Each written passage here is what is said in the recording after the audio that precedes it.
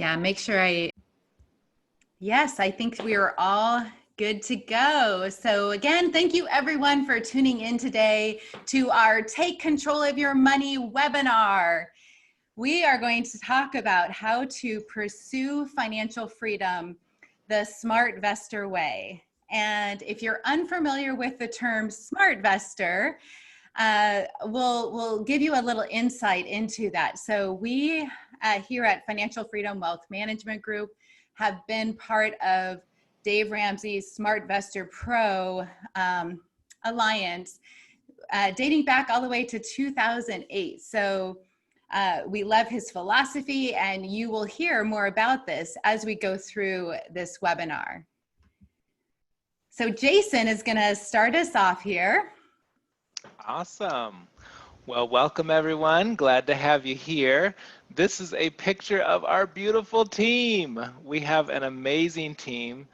We've got 5 advisors to assist you, and we also have 5 offices conveniently located in Oregon and Washington. And we actually help serve clients all over the nation. So we are proud of our team, and we keep hiring. So we actually just added 2 more people. I think we're up to 15 now, if I'm counting right. A great team to help clients and future clients. So certainly glad to have all of you here. And a little bit more about our company.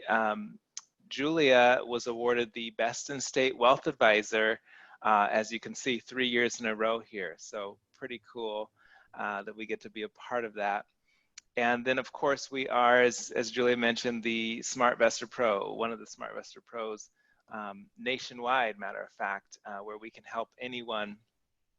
And this is, so SmartVestor Pro was started with Dave Ramsey. He's a nationally syndicated radio host, best-selling author, all sorts of things. But we're able to help serve people that go to his website and want to work with an advisor who is going to actually help them and teach people along the way, and not just throw them into some sort of investments. We're here to actually help you make those next steps. And so that's pretty exciting about our company. Okay, and let me introduce Julia. So Julia is the founder and CEO of our company, an amazing woman. This was her only career. And so we're getting to see this from over the past over 20 years now, matter of fact. Julia's been at the helm running things and really just making our company amazing. She, behind the scenes, a lot of people don't know, but she's also the mother of 3 and husband to Chris. Now that could be the most challenging part, is having someone, you know, a husband you have to manage as well. I know from experience. So 23 years of marriage. So congratulations, Julia. You've beat me in that. Also Forbes Top Women Advisor for 2018, 2019. What else can we say? Working top wealth advisor for, I'm sorry, I'm reading it wrong. Working Mother magazine for 3 years.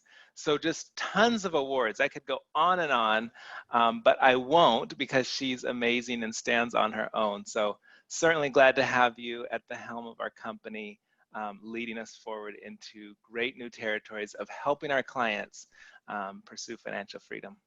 Yeah, thank you, Jason. That was a wonderful introduction. I do want to say, I just want to give you a heads up. There was a little bit of unstable technology connection there for me. So if there's something and I freeze, I just want you to have the presentation ready to go on your end, and you may have to pick up the slack here if I disappear. If I get zapped. Hopefully I won't get zapped.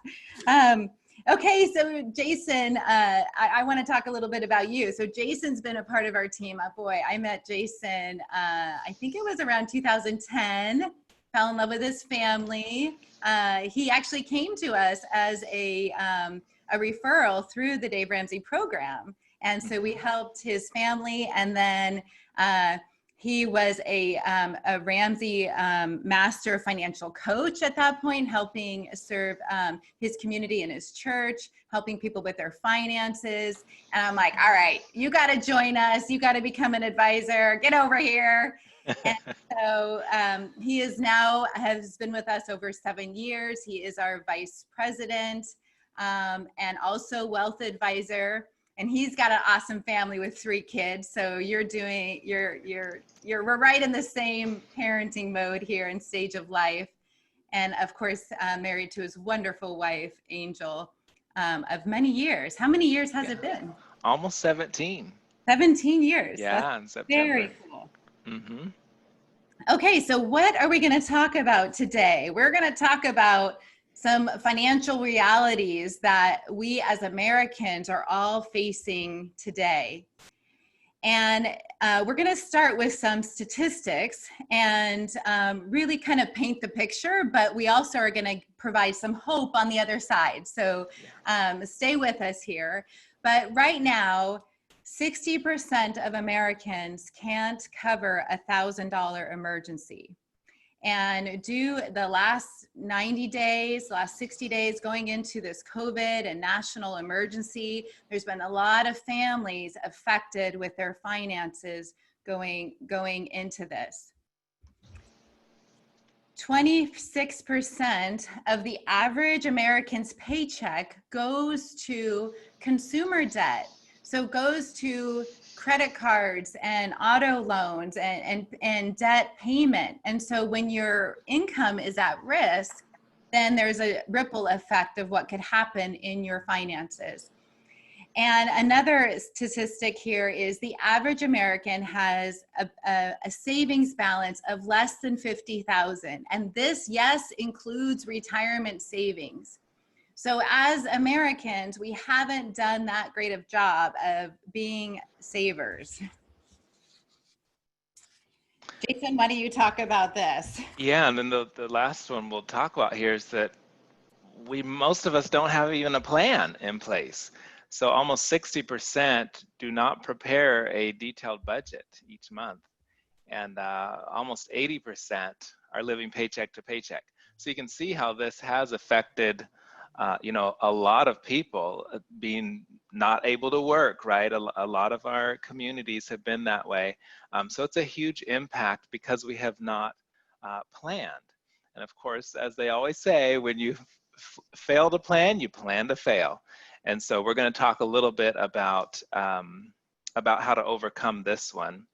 And I know, Julia, we did find some recent stats for during this COVID crisis. What's kind of been the latest thing that we've seen with the savings rate? Yeah, it's been really interesting, actually. So when we look back, the historical savings rate in our nation is around 7%. Mm-hmm. And going into March, that jumped to 12%.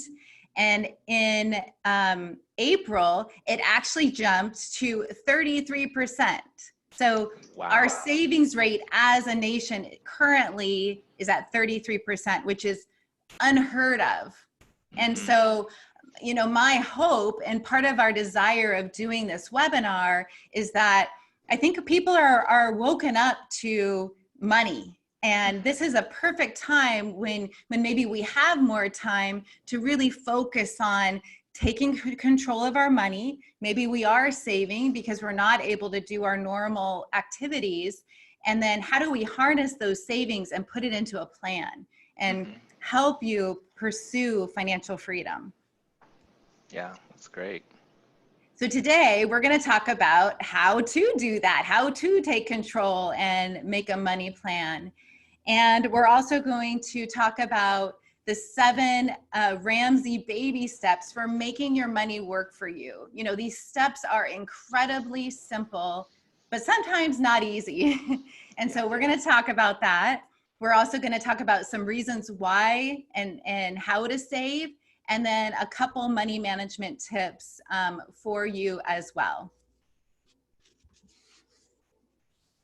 So let's talk about how to take control of our money and make a plan. So what are some reasons to have a plan with your money? Any ideas? Hmm. Like you said, it's wise to have a plan, because if you're not Yeah. planning, you're doing the opposite. Mm-hmm. And I think it's good to know where our money is going. Yeah. And it's also awareness. That awareness around money is the first step in how do we change it? How do we change our behavior? How do we do something different? And the first thing you have to know is where you're at, right? Mm-hmm. So it's anything with starting a business, you have a business plan. Doing exercise and getting in shape, you have a plan. Following a diet, you have a plan. And so money is no different. It's just about getting intentional and creating a plan for your money, because we do not want more month than money. The goal Yeah. is to have more money at the end of the month.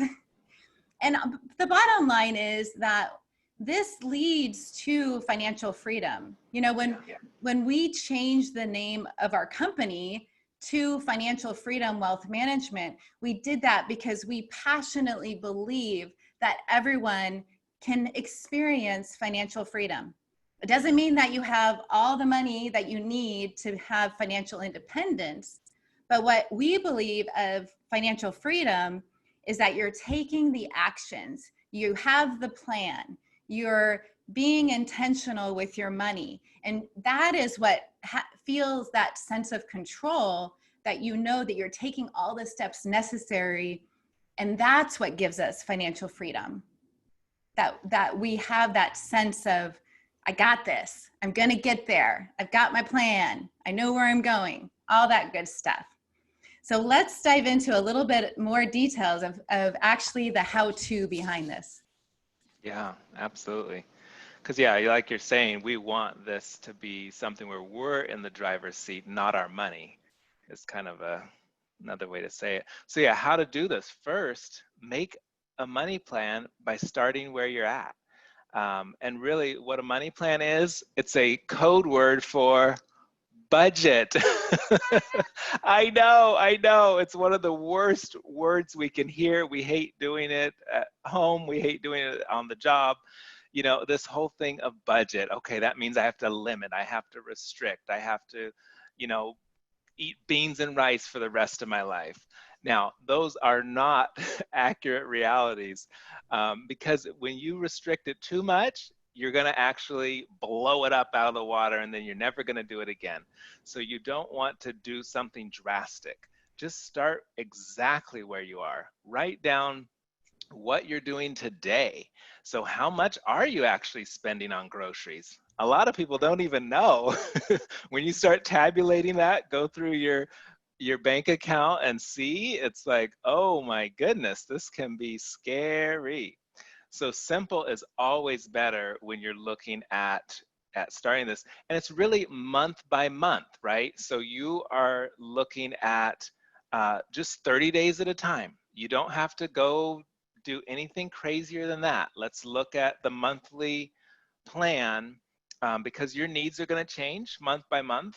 I don't know about you, but like some months there are more birthdays or more anniversaries, or there's holidays that you want to do things in. So that's why you have to look on a monthly basis and start making that plan for each specific month. Um, so be simple with it. And then the second step here is to write down all of your expenses. I guess I kind of jumped into that, didn't I? It's okay. So yeah, writing down everything that you're spending money on. We start with what they call the big four. So that will be your housing expenses. It could be mortgage, rent, obviously utilities is in there. You've got food, which we talked about, which includes eating out, right? There are, make sure that's on your plan. Your transportation costs. So you have, if you have a car loan, obviously you probably have gas, you have a way to get around, make sure that's covered. On our picture here, if you've got debts, you need to list those as well.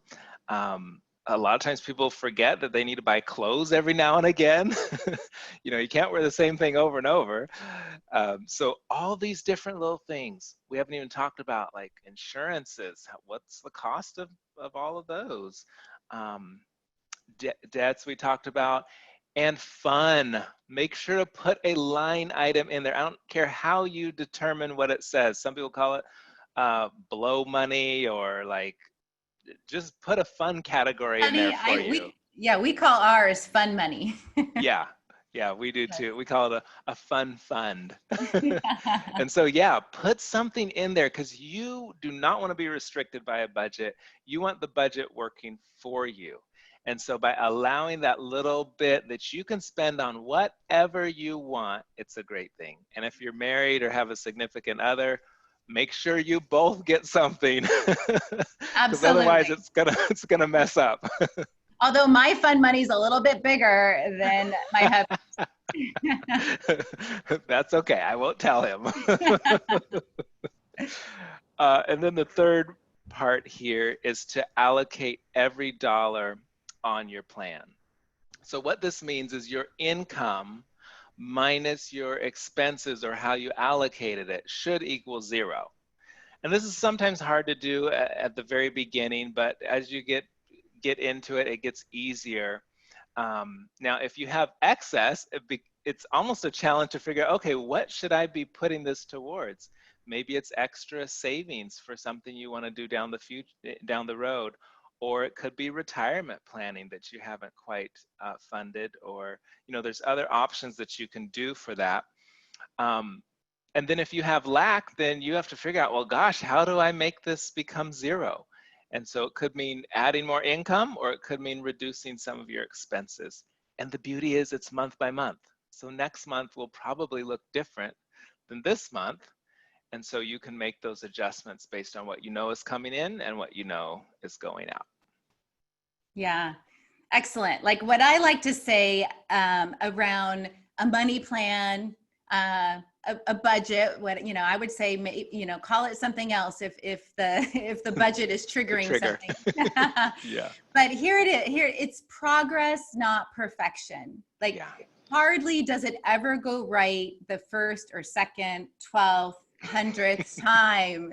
So I like to say, make sure that you extend grace to yourself, to your partner. Just keep working at it. What I love about it is every 30 days you get a redo. And so Yeah. you're going to work on this and you're going to get better over time. And that's the key. And what you'll find is that it becomes like, for me, I like to think of it as a challenge. Like, okay, here we go.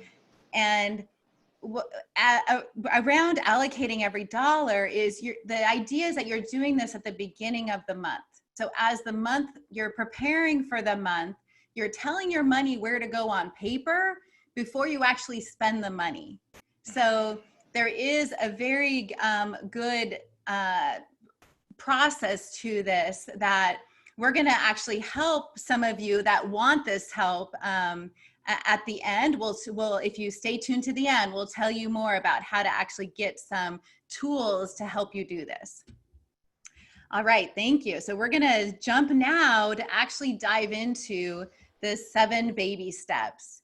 And like Jason said, when you start doing your money plan and you start looking at, okay, there's more money at the end of the month or in the budget, how do we actually start deploying that money and how do we spend the savings? So here it is in a nutshell. Number 1, baby step 1 is to save $1,000 in your starter emergency fund. So the idea is that all of us need to have at least $1,000 in a savings account somewhere that we can access if we have an emergency. All of us will have an emergency at some point. So that is step number 1. Have a garage sale, reduce your expenses for 1 month. Maybe you have that stimulus check. That is a good place to start that emergency fund. So that will start protecting and building your financial house. Step 2 is to pay off all debts except the house. So we're not talking about the mortgage here. What we are talking about is all of the consumer debt. the credit cards, the auto loans, the student loans. And you're going to do that by a process called the debt snowball. Now, we don't have time to go into the details of this here, but we are going to provide some tools at the end of how to do that.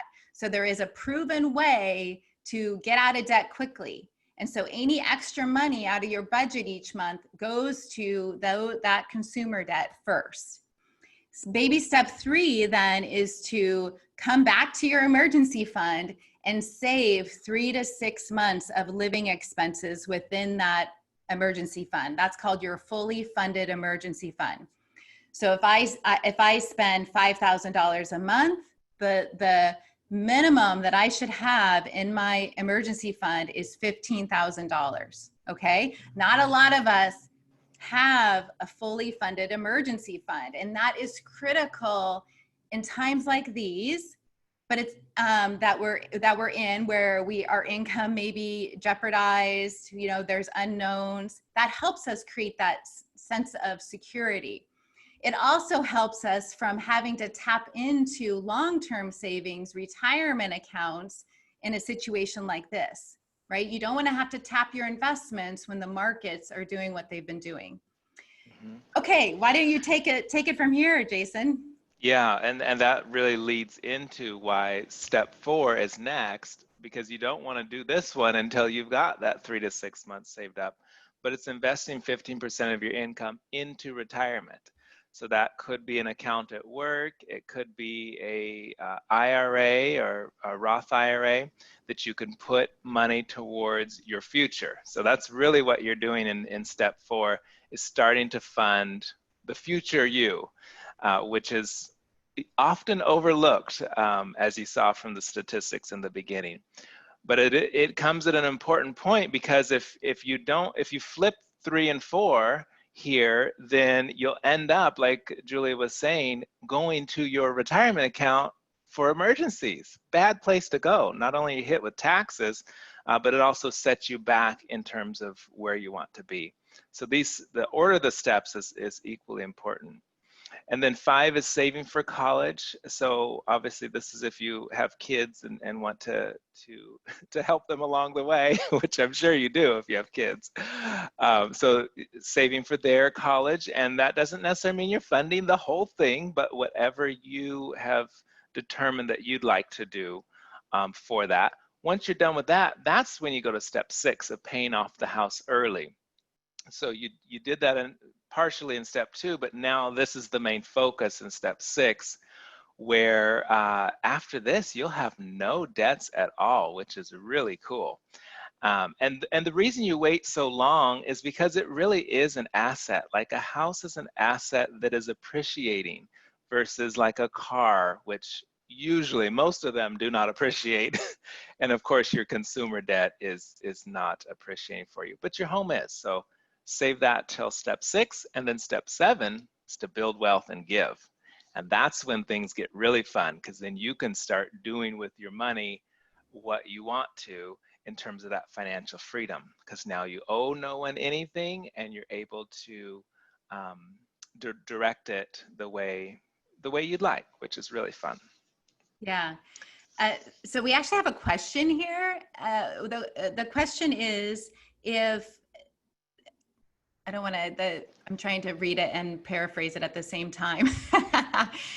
So they're saying they stopped investing to pay off the mortgage because they were concerned about the investments. So that's a good comment. So that is a natural reaction. When we see our investments come down, we want a known, right? And a known could be, I'm not going to invest in my retirement anymore. I'm going to pay off the mortgage because that feels good. And I know what's happening. But I would urge you, and I'm sure if Dave Ramsey were here, he would urge us too, that keeping that investment going or adding to those investments, especially when the markets are down like they have been, allows us to buy more of those shares of those investments when the markets are down.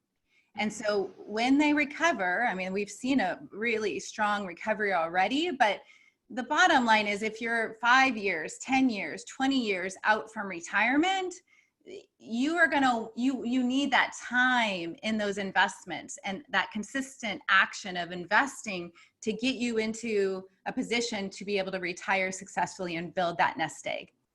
Because what happens if you focus on paying off your mortgage first is now you have a paid off mortgage, but then no time for those investments to grow for your retirement. So you get to retirement, you have no mortgage, but no retirement. And that's not helpful. Yeah, and another piece of that as well, Julia, is that a lot of, at least nowadays, our mortgages are very low in terms of interest rate. So, you know, you're more likely to make more long term in your retirement portfolio than the cost of that mortgage being paid off sooner. Absolutely. Yeah. Very good question. We get that a lot. Yeah, I love it. All right. Okay, so let's go into some reasons to save. Yeah, the first one is for emergencies. We've talked about it a little bit already, but things just happen. Like your car breaks down. I hate when like the tire goes flat. I mean, it's just so annoying. Or like water heater. The water heater goes out. You don't know when it's gonna happen, but you know it will eventually happen.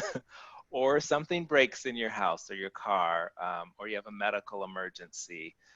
Maybe a family member dies and you have to travel or something like that. So all these sorts of things come up.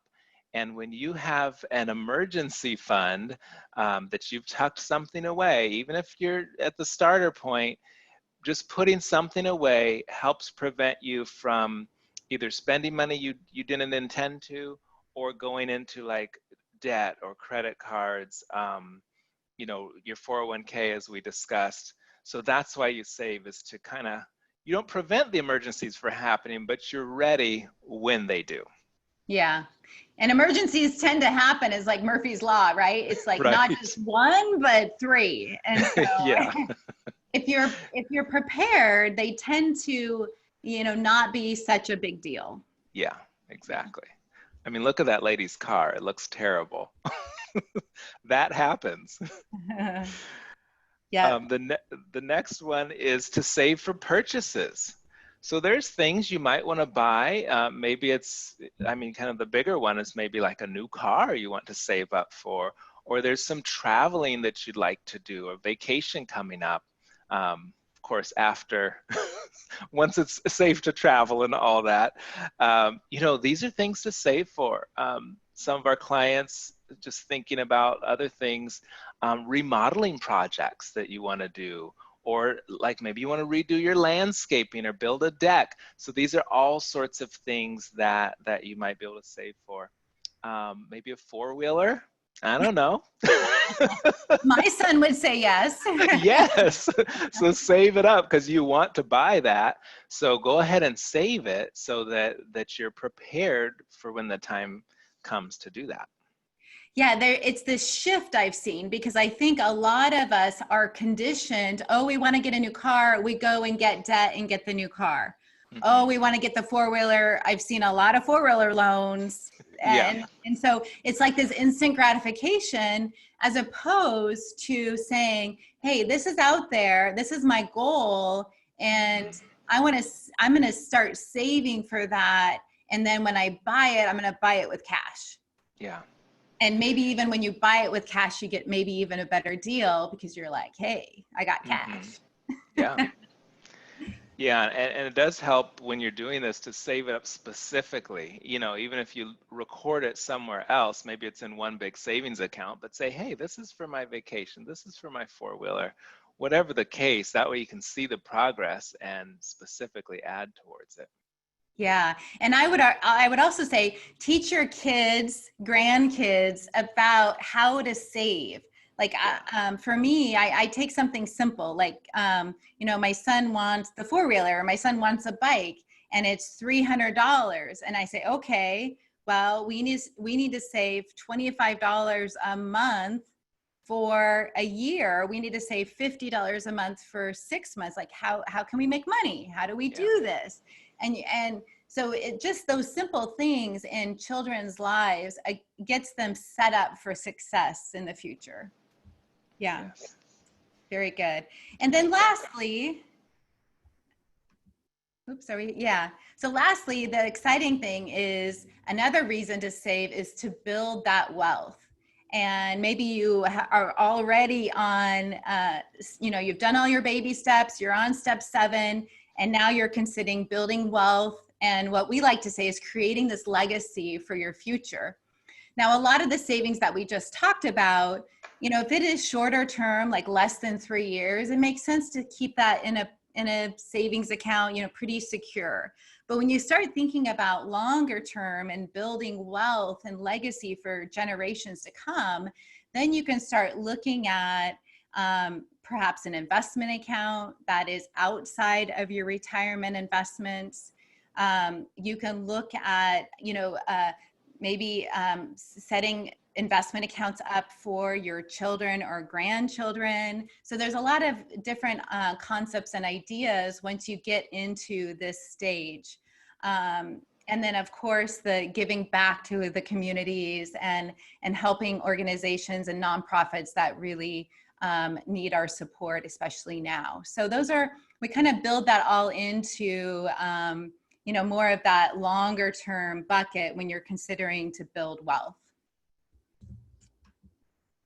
All right, let's transition here to some simple money management tips. So when we're working with money, number one, don't expect anything to happen overnight, right? There's no such thing as like just making it happen, and that change can't happen overnight. So going back to kind of the budgeting or the money plan, give yourself that grace there, give yourself the room to make mistakes. Especially, I think we could do a whole webinar on just couples and when you're doing this with your spouse or your partner, which we really encourage you to do. Sometimes fights and triggers can happen, and that's where it's really important to, yes, do it together, but get on the same page in the sense of understanding and compassion and knowing that it's not going to go perfectly. And then the other thing I have kind of explored around, because money can often be deeply rooted in our thoughts around how we deal with money. And in my past, retail therapy has happened. There are some times when I'm on Facebook or my email and I click and I'm over to my favorite shop online, and all of a sudden I'm buying something that I'm like, I wasn't even aware that I was hijacked into doing this. And it happens. It happens. And so when I heard this statement, your spending is tied to your priorities. So oftentimes when we don't prioritize our financial future, we don't make the plan and getting out of debt and saving for our future the priority. We get sucked into the day-to-day and what's going to make me feel good now. And so sometimes what Dave Ramsey says I like is we have to live like no one else now so we can live like no one else in our future. And so that is about, sometimes there are some sacrifices in the beginning when you're getting everything set up right. But following this plan for over 10 years now, myself personally, on the other side of that is freedom and blessings and this ability to give. And that feels really good. And so, but in the beginning, it was hard. And I wanted to stop my feet sometimes. Part of it, Jason, I think you're going to talk about this. Yeah. So yeah, sticking with it. I mean, the main thing here is do not give up. It can be tough. It can be a challenge. I know, like, my wife and I have had certain months where we were just so like, oh, we can't make this work. What are we going to do? So you make those adjustments and it's tough, but you stick with it. You do the budget month in and month out, and you'll see not only will you be changed in how you manage money, but your thinking about it will change. and you're, as Julia talked about priorities, right? You'll see, okay, wait a minute, I was prioritizing this, but now I'd really like to prioritize this. So sticking with it helps you get there. Giving up doesn't help you or anyone else. It doesn't help your loved ones. And so that's the big encouragement, is don't give up. Keep pressing forward. If there's nothing else you take away, it's to keep at it, because you will succeed and you will win when you do that. And then the last point here is to make that lasting change, you do have to embrace the facts. So sometimes it's hard when you, like, think about a diet, right? You want to embark upon that, and it's like, okay, the first step is stepping on the scale. Where are you at right now? So what does that mean for our money and finances? It's open those envelopes that come to you. Look at the realities of your bank account and see, where is this money going? I'm going to embrace these facts. I'm going to open up every little piece, look at everything, and see where things are at. Because once you see it, then Yeah. you can say, now I can make a change. You can maybe even set goals of, here's what I'd like to do to get there. But that's what creates that lasting change. And oftentimes what I have seen is people think it's worse than it is. Yeah, Right. exactly. So especially when it comes to these investment statements, a lot of our clients are like, I'm not even looking. And I'm like, no, you should look. It's not that bad. Yeah. What you said is so true. It's like, when we have the facts, we have a known, and we have something that we can, a foundation that we can work moving forward. So yeah, and measure that success based off of that. Exactly. Yeah. Exactly. And being oblivious or kind of looking the other way it's not the right answer. And so we want you to gain momentum with this. And the momentum is, look at the facts. Yeah, absolutely. Excellent. All right. Well, let's talk about the next step here. We wanted to briefly touch about on our guided wealth portfolios. I think as there's a lot of change happening, a lot of people have lost their jobs, lost their income. They may have a retirement account at their old employer. Or someone's hearing this, getting excited, and they're ready to open a Roth IRA and get started on their financial journey. Do you want to share a little bit about this? Absolutely, yeah. So this is a great step if you're ready to start investing. This would be step 4. On our website, it's financialfreedomwmg.com. You can click that little blue button that says Guided Wealth Portfolios. And you can read a little write-up, and part of the screen is here, but it's an easy, quick way to get started. We're actually managing the investments for you, so there's not a lot of work you have to do. You don't have to, and some people choose not to have us involved, and that's also an option inside our guided wealth portfolios. But yeah, it's a great way to kind of kick off your Roth if you're doing that, or any investing. Some people are saving for those longer term goals. Maybe it's 10 years out. You can do it right inside of guided wealth. So it's kind of, it's an upgrade from your bank savings that's earning next to nothing now, and almost lower than next to nothing, which I don't know what that will be. Well, that means inflation. Right. Yeah. So yeah, this will be for longer term money. Think, like Julia had said, 3 years or more is what you're looking at. And someone did just ask a question. The minimum to open this kind of account is $5,000. So you do need to have that built up or saved already to get started. Yeah, excellent question. We have another question, but I think what we'll do is I'll kind of do this last slide here, and then we'll open it up for more questions. So if you guys have questions, please put them in the chat or the Q&A, and we will get to those after this slide.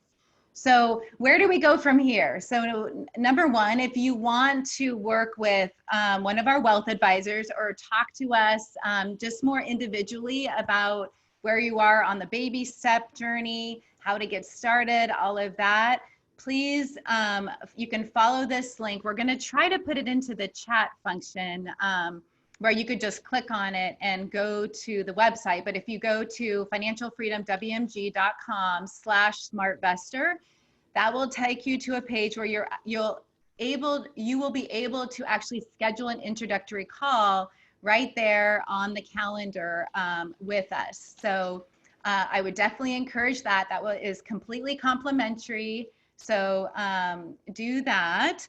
And then the other exciting thing that we are going to do is Jason and I are going to host a 5-day Take Control of Your Money challenge. Woohoo!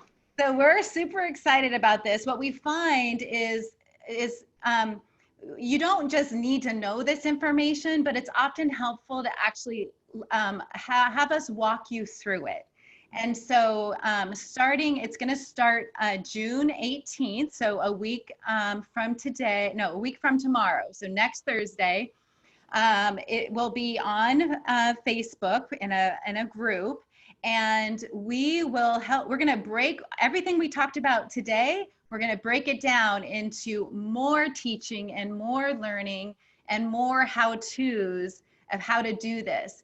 And by the end of those 5 days, you are going to have a plan in place. So we are excited to offer that. That, again, is complimentary. We just feel that Americans need to take this time to really take control.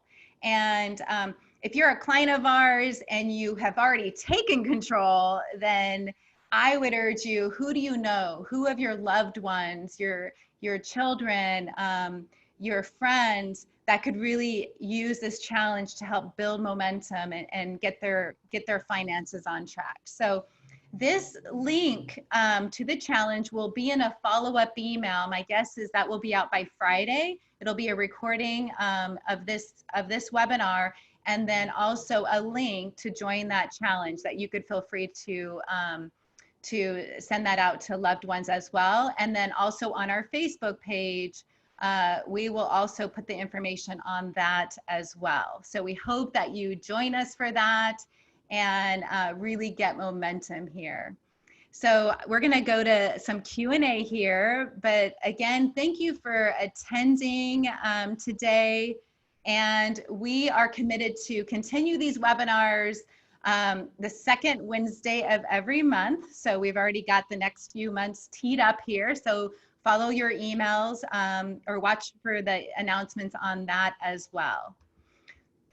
Okay, so some questions here, Jason. I have 0 retirement and I'm age 40. I just sold home this month, so I have 0 house debt. I have baby step 1 done with more in there, so good.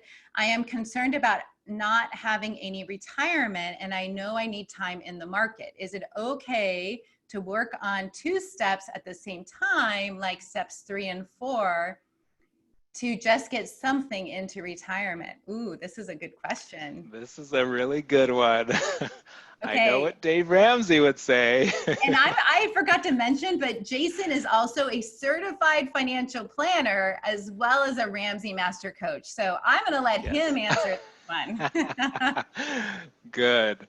No, I mean, Dave Ramsey would say, only focus on one at a time. And part of the reason you might want to do that is that it does give you that push to get to the next one. So when you know that, okay, if I get this 3 months in here, now I can focus on retirement. I do have one little caveat, is that sometimes, it's good to get something going. Like if your company is doing a match, for example, at least kind of grab that if you have it in your budget to do, but really have your focus be on step 3. It sounds like this person is really on step 3. That's your real focus. So any extra money, don't put it towards retirement. Put that towards your longer term emergency fund.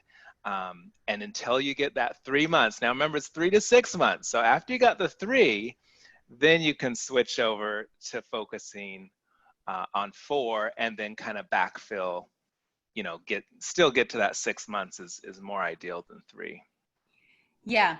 Yep. I would say the same thing. Yeah. So as long as you're debt free, work on your Yeah. emergency fund.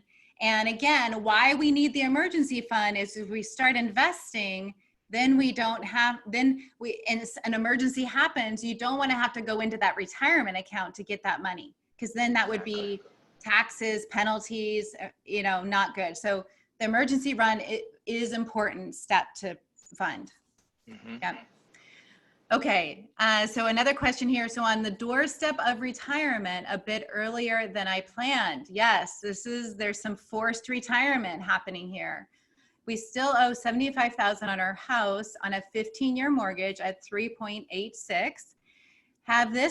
We have this amount saved and could pay off, but that would affect our investments. Ooh, this is another good question we get quite a bit. Is it worth considering a refi on our home? Well, boy, I would say number one, your rate is at 3.86. So I don't know if a refi, I've seen 3.15. Do you know what a current rate is? Jason, what have you seen? For 15-year, I've seen them drop down to the high twos, but still it's not even a percentage point less than this 3.86.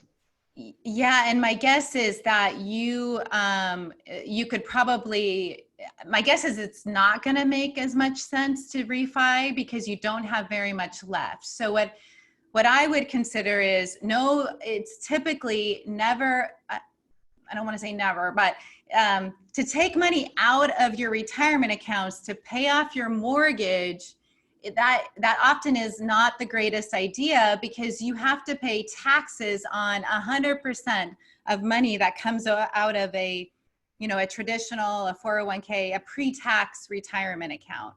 And so to take out 100, if you need 75,000, you'd probably have to take out over 100,000 to net that amount. And then you've lost the ability of the earning power in your investments to give you income. Yeah, and even in a non-retirement investment account, you're likely gaining more than you should be gaining more than 3.86 long term. So that gain is more than covering your interest there.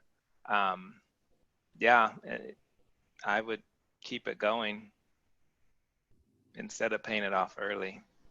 Yeah, it may make sense where if your retirement is pretty secure, then it could be that, okay, my retirement's secure, I know I'm going to have enough to successfully retire, then maybe how much monthly could we allocate to paying down the principal? Yeah. And so maybe it doesn't, that 75,000 could be, paid off relatively quickly, as long that you could do that in your budget. Or you're taking a little bit more from your retirement to pay off monthly and keeping you in a lower bracket. So those are all the things. Like, this may be an appropriate thing to schedule that call with us, and we can kind of work through some independent numbers, because this is very specific. Yeah, you're right. Okay, so another question is, I am close to retirement and owe 180,000 on my primary home. I have 3 rentals that still have mortgages. Should I consider a reverse mortgage? Ooh. So you want me to attack that? Go for it. So the way that I like to think about reverse mortgages is last resort. And so if you have rentals, my thought is this most likely is not a last resort, because it may make sense looking at this is maybe if you sold one rental, then you would lose the rental income, but maybe you'd get enough money out of that to pay off your primary, which would get rid of that mortgage payment. So that would be one idea to consider. You have any thoughts, Jason? Yeah, I mean, that's the way I would handle it. But yeah, again, it's looking at all the details, because with both of these questions, there's probably a lot more into it that needs to be looked at in terms of what makes the most sense. Yeah. Reverse. Yeah, in my experience with reverse mortgages, they're not reversible, right? And yeah, so it's hard to get out of that strategy if it's not kind of a last resort. So I would just, we want to think long and hard before doing something like that. Yeah. Okay, another question. Good questions, guys. I love it. Love it. Okay, step 2 includes paying all debts except the house, but step 6 is paying off the home early. This seems like conflicting information. Do you want to answer that? Sure. Okay. Yeah, so step 2, that is every debt except the house. When it says in step 6 to pay it off early, it just means earlier than waiting until, like just doing the minimum payments for the next, 15 years or how much ever long you have it. You have your mortgage. So it's really having that as an actual goal that, okay, now this is my focus. I did the debts, I did the, retirement, all that stuff. Now I'm going to put everything extra towards getting this sucker paid off and being done with it. And that's over and above what you're saving for retirement. So if I know that my retirement's on track and I'm saving 15% of our household income as a couple, that we know that, boom, our retirement is on track. It's going to be secure.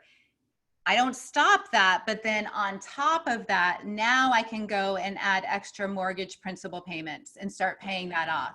But I'm still doing my retirement savings at the same time. So that's the difference there from step 2. Technically, when you have consumer debt, every extra cent should go to consumer debt and not to retirement. So we got another partial question. So if it didn't all come through, it just says, I am 60, portfolio is something. So maybe if there was more details to that, we can help.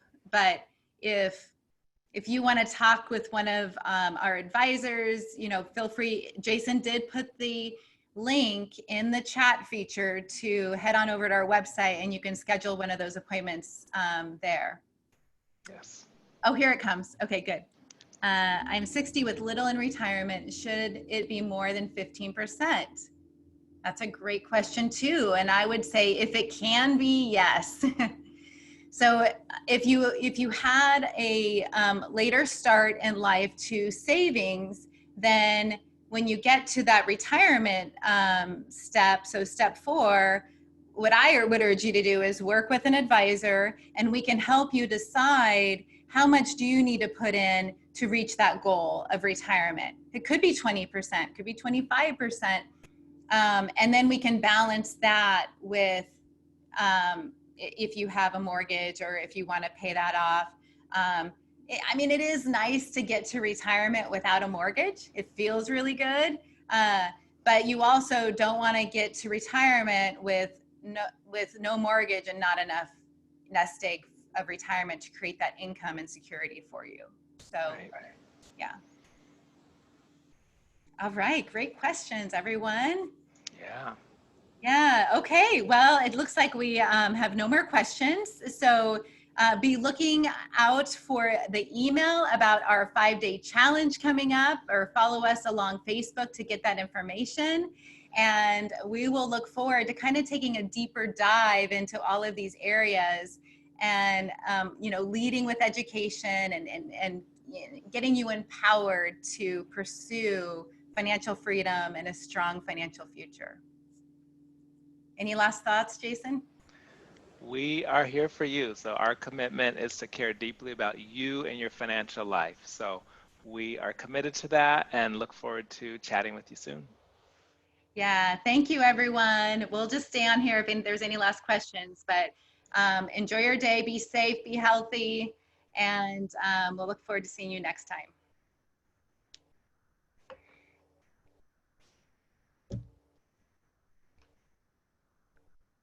You're welcome. You're getting a lot of thank yous.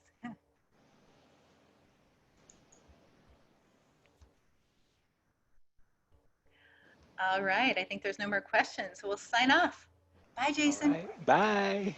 Have a good rest of your day. You too.